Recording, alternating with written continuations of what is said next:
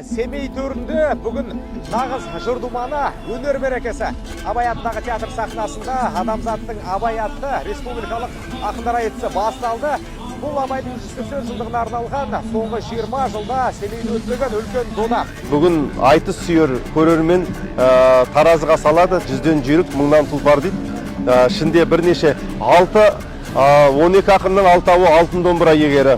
Сондықтан да негізгі құрам өте мықты. Енді алуан жүйрік бар, әліне қарай шабатын демекші. Ол енді ақындардың бабы мен бағына байланысты кімнің озып келетіні. Әйтпесе мен де айтысып кетер едім, ақын болса, амалғанша. Қолдан демейді ғой. Той жақсы өтіп жатыр. Айтыстардың айтысын көріп жатырмыз. Бәріне қуаныштамыз.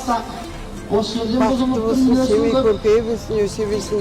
Рухани азық алдық осы бір неде. Концерті болып жатыр, Түркістаннан келіп жатыр.